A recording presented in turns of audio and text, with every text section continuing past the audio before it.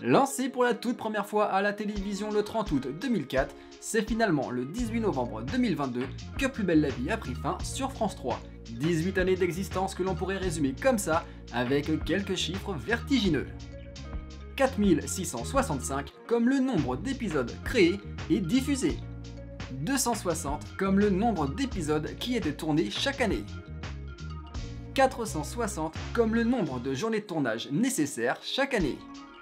600 comme le nombre de personnes impliquées sur les tournages en coulisses, allant des maquilleurs aux metteurs en scène et même réalisateurs.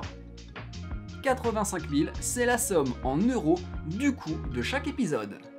3232 comme le nombre d'acteurs qui ont participé à la série, et attention, c'est sans compter les figurants. 270 comme le nombre de contrats signés par mois pour les figurants justement. 1900 comme l'équivalent en mètres carrés de décors intérieurs et extérieurs reconstitués. Des chiffres fous de ce genre, on peut en trouver des dizaines voire des centaines encore. Preuve d'une chose, même si la série n'a jamais fait l'unanimité, Plus belle la vie a marqué l'histoire de la télévision.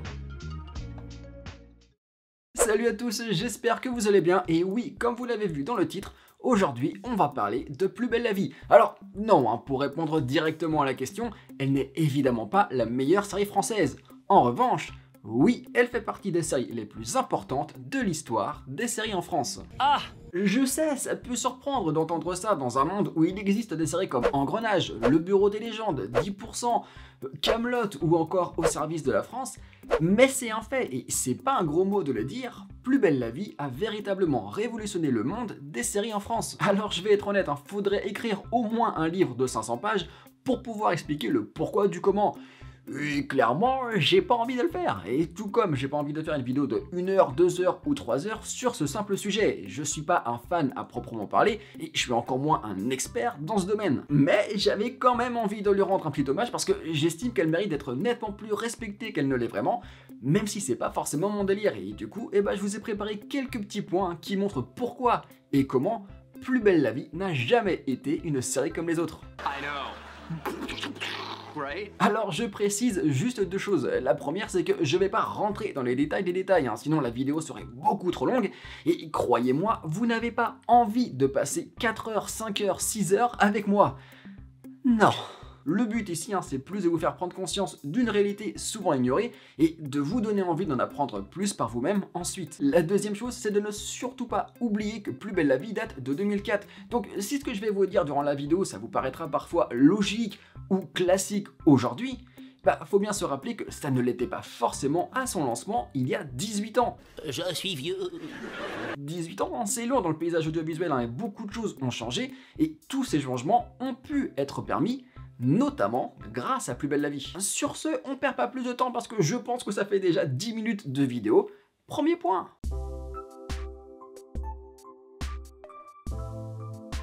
Je crois qu'on réalise vraiment pas à quel point Plus belle la vie a révolutionné le fonctionnement des séries en France à une époque où ça ronronnait beaucoup trop, où ça ne prenait aucun risque. Alors évidemment, attention, je précise tout de suite, elle n'a absolument rien inventé. Tout ce qu'elle a mis en place ici, ça existait déjà à l'étranger et notamment aux USA. Mais c'est justement là le génie des créateurs, c'est qu'ils ont su s'inspirer de ce qui fonctionnait ailleurs pour apporter de la fraîcheur chez nous.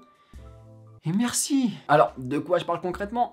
Notamment de la création d'une writer's room, autrement dit d'une salle où, pour une fois, il n'y avait pas un ou deux scénaristes qui travaillaient tranquillement à l'élaboration d'un épisode, mais où il y en avait des dizaines, et en fonction des années, on parle bien d'une quinzaine, voire d'une trentaine de scénaristes juste pour Plus belle la vie. C'était totalement énorme et surtout totalement inédit en France à l'époque, et ça témoignait vraiment de l'ambition folle des créateurs, parce que forcément, pour créer une quotidienne, faut des histoires. Or, plutôt que de simplement rester entre eux pour imaginer les intrigues, ils ont eu le réflexe très intelligent d'aller s'ouvrir à d'autres talents pour en ressortir avec encore plus d'idées et d'ouverture possibles. Résultat de cette writer's room, tout ce petit monde avait pour mission d'écrire 25 minutes de contenu par jour découpé en 17 séquences par épisode. Et le tout devait donner lieu à environ 4 à 5 intrigues différentes à suivre dans une même semaine. Et en parlant des intrigues, elles suivaient toujours le même modèle puisque à chaque épisode, on on avait le droit à 3 arches différentes. Une principale qui était souvent la plus sérieuse, la plus intense, souvent menée par les intrigues policières, une secondaire avec des enjeux un petit peu plus sociétaux, et une tertiaire qui était la plus légère avec le plus de blagues. Une organisation complètement folle avec une charge de travail colossale à en donner le vertige, et pourtant, même si la pression était évidemment constante dans la Writer's Room avec cet objectif de toujours en ressortir avec quelque chose, et bah c'était géré avec une précision millimétrée pour justement éviter les problèmes de page blanche. Et c'est simple, hein, pour que tout soit optimal, les scénaristes étaient divisés en 2 équipes, une qui gérait l'imagination des histoires et leur structure, donc comment les développer avec quels enjeux et rebondissements, et une autre qui était spécialisée dans les dialogues. Et généralement, si je ne dis pas de bêtises, chaque dialoguiste travaillait toujours plus ou moins sur les mêmes personnages, ce qui permettait de garder une certaine cohérence. Ouais, je sais, dit comme ça fait un petit peu travail à la chaîne où chacun faisait sa tâche que l'autre complétait derrière. Et c'était totalement le cas, hein, et même assumé par les créateurs. Sauf que, contrairement à ce qu'on pourrait croire, ce côté mécanisé n'a jamais bridé la créativité. Étant donné qu'il fallait toujours du contenu en permanence, toutes les idées étaient les bienvenues et bonnes à prendre. Alors évidemment, ça signifiait parfois que certaines intrigues étaient un petit peu plus nulles et un peu moins intéressantes. Mais c'était pas grave parce que c'était compensé par le fait que ça touchait toujours des thèmes différents et qu'on ne restait jamais enfermé dans les mêmes histoires. Enfin, ça c'était au début parce que fatalement, plus tu dures dans le temps et plus tu reviens à ce que tu as déjà pu faire. C'est frustrant mais c'est en même temps inévitable, hein. Et au final, on lui pardonne parce que, on le sait bien, c'est aussi le jeu des séries quotidiennes. À moins de changer de genre en cours de route et d'introduire du fantastique pour parler de sorcières, de loups-garous ou de science-fiction avec des aliens, bon bah t'as pas le choix, hein, tu reviens à des meurtres, à des ruptures, etc. C'est génial ça, c'est magie.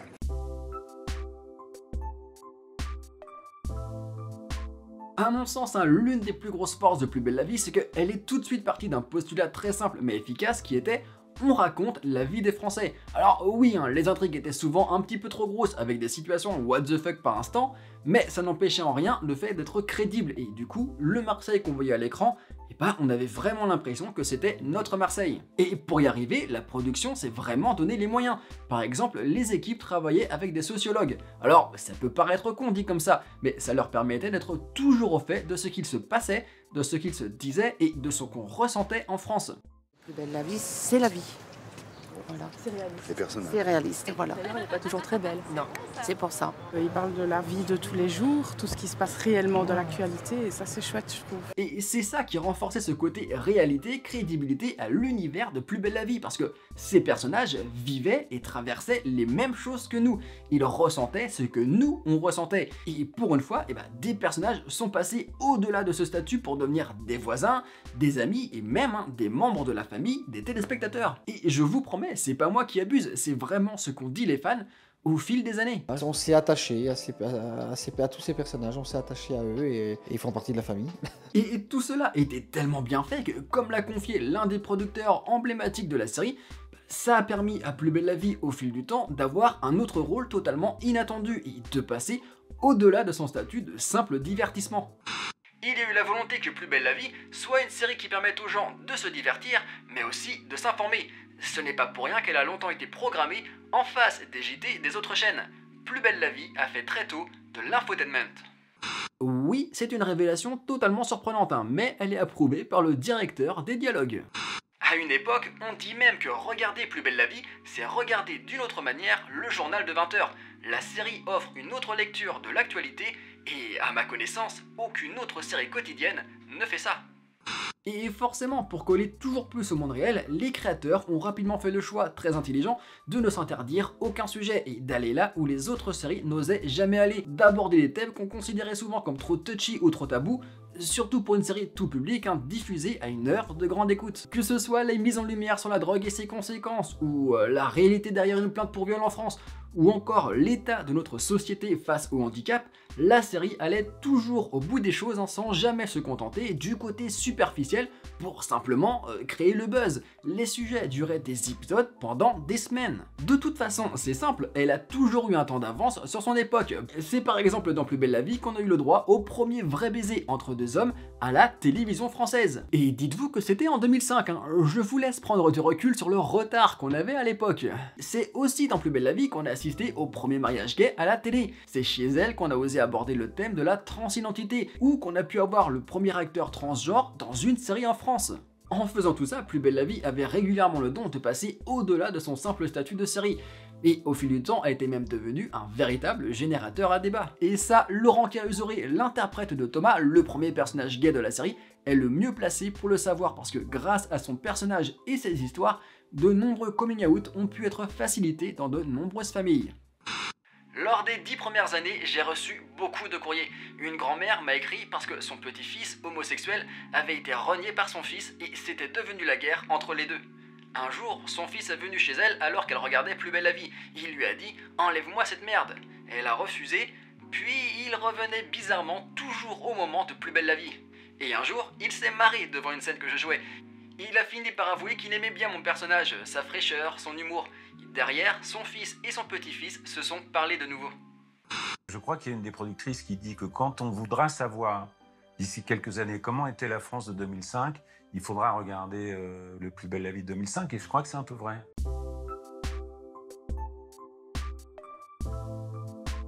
Il n'y a pas forcément grand chose à dire dessus, mais c'est un détail que j'ai toujours adoré chez Plus belle la vie, c'est que sa recherche du réel, de la vérité, de la sincérité, elle passait aussi au niveau de son casting. Quand on regarde les séries du genre aux USA, que ce soit pour les plus connus, Les Feux de l'amour ou encore Amour, gloire et beauté, et même en France à l'époque avec Sous le soleil par exemple, toutes ces fictions ont un point commun assez nul, tous les acteurs, ou presque, sont des beaux gosses, des canons de beauté, des gens hors normes. Alors oui, évidemment, c'est bien connu, c'est la base et on voit ça partout, le beau fait vendre, c'est classique. Mais justement, les créateurs de Plus belle la vie avaient inventé leur propre formule qui était la normalité fait vendre. Et c'est ce qu'on voyait quand on regardait le casting et les épisodes. Des gens normaux. Il y avait des gens beaux, des gens vieux, des gens imparfaits, des gens classiques, comme tous ceux qu'on croise dans la rue, dans un magasin ou même dans notre quartier. Et putain, mais ça faisait du bien parce que c'est même pas qu'on se sentait représenté, mais c'est que pour une fois, on avait la preuve qu'on existait et que nos vies méritaient d'être racontées. C'est d'ailleurs ce qu'a récemment confié l'une des productrices emblématiques de Plus belle la vie. Dès le départ, j'avais voulu des comédiens qui n'étaient pas très connus pour que le public puisse s'identifier à eux. Et surtout pas les canons qu'on avait dans ce genre de série. J'ai voulu qu'on ait de vrais gens auxquels s'identifier.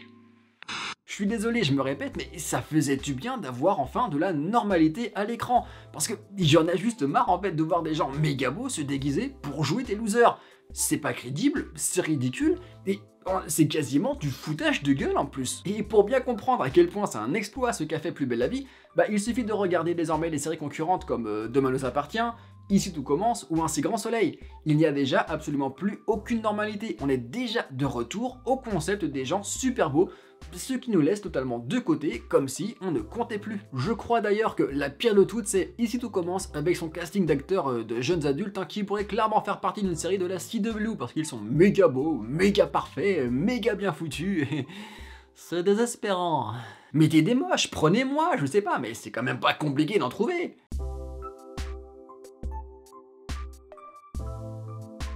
Tout à l'heure, je disais que Plus belle la vie était une série qui était en avance sur son temps, et ce point-là en est la preuve ultime avec une maîtrise du buzz absolue sur deux niveaux. Le premier, c'était au niveau des intrigues. Étant donné que Plus belle la vie était une série quotidienne centrée sur des Français comme nous, les créateurs avaient dès le départ eu la bonne idée, qui était logique finalement, mais de coller le calendrier des personnages à notre calendrier. Du coup, quand c'était Noël chez nous, ça l'était aussi au Mistral, et quand c'était les élections, les personnages en parlaient, et quand c'était la Coupe du Monde, tout le monde était en bleu.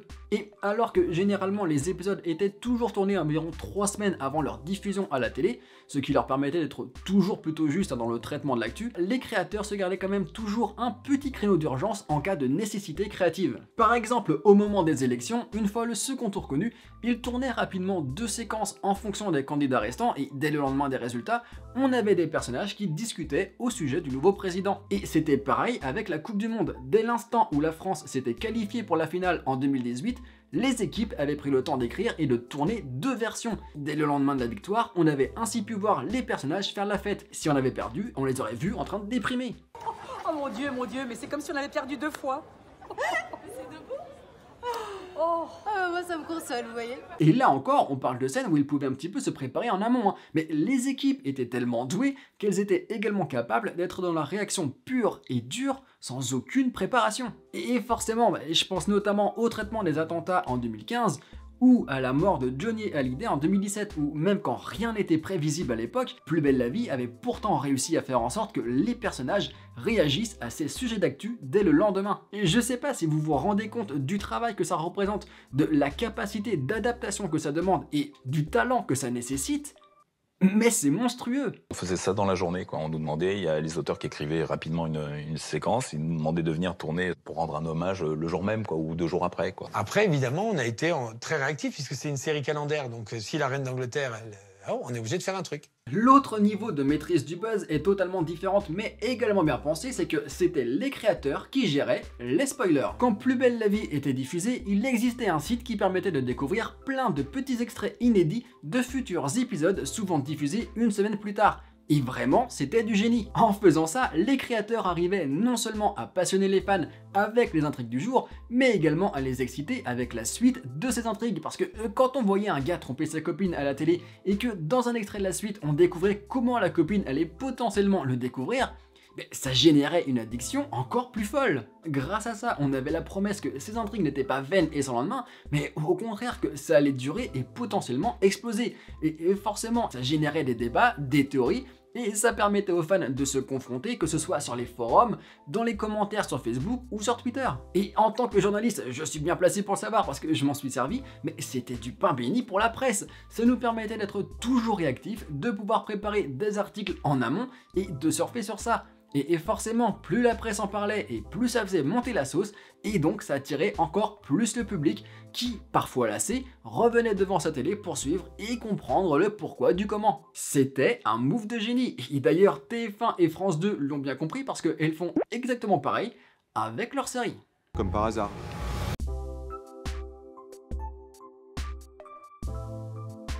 Bon, je termine avec un point qui n'est clairement pas le plus important, mais qui suffit quand même à rappeler que les créateurs n'ont jamais rien laissé au hasard. La difficulté avec une série quotidienne, en plus de créer une série quotidienne, c'est de réussir à garder le public, de continuer à intéresser les fans. Et pour ça, les créateurs de Plus belle la vie avaient rapidement compris qu'il était nécessaire de les impliquer émotionnellement dans la série.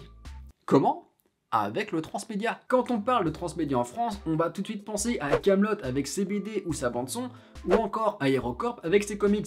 Et vraiment, Plus belle la vie était passé à un niveau supérieur impressionnant. Au fil des années, on a eu le droit à des albums de musique, des BD sur le Mistral, des romans sur les personnages, ou, et c'est là où c'est encore plus fort, écrits par des personnages, des jeux de société, des jeux vidéo, un magazine dédié à la série, et même un monde virtuel façon abo où on pouvait créer son avatar et vivre dans le Mistral. C'était ça la grosse force du transmédia imaginé par les créateurs de Plus belle la vie, parce que ici, on vivait la série différemment, on n'était plus de simples spectateurs, on entrait dans un monde, un univers unique. Tout était pensé pour améliorer l'expérience, la fidélité et le plaisir ressenti. C'est dans des choses comme ça qu'on se rend compte qu'il se passe quelque chose, quoi. Que c'est pas juste une série, c'est qu'il y a un phénomène de société qui est en train de se mettre en place.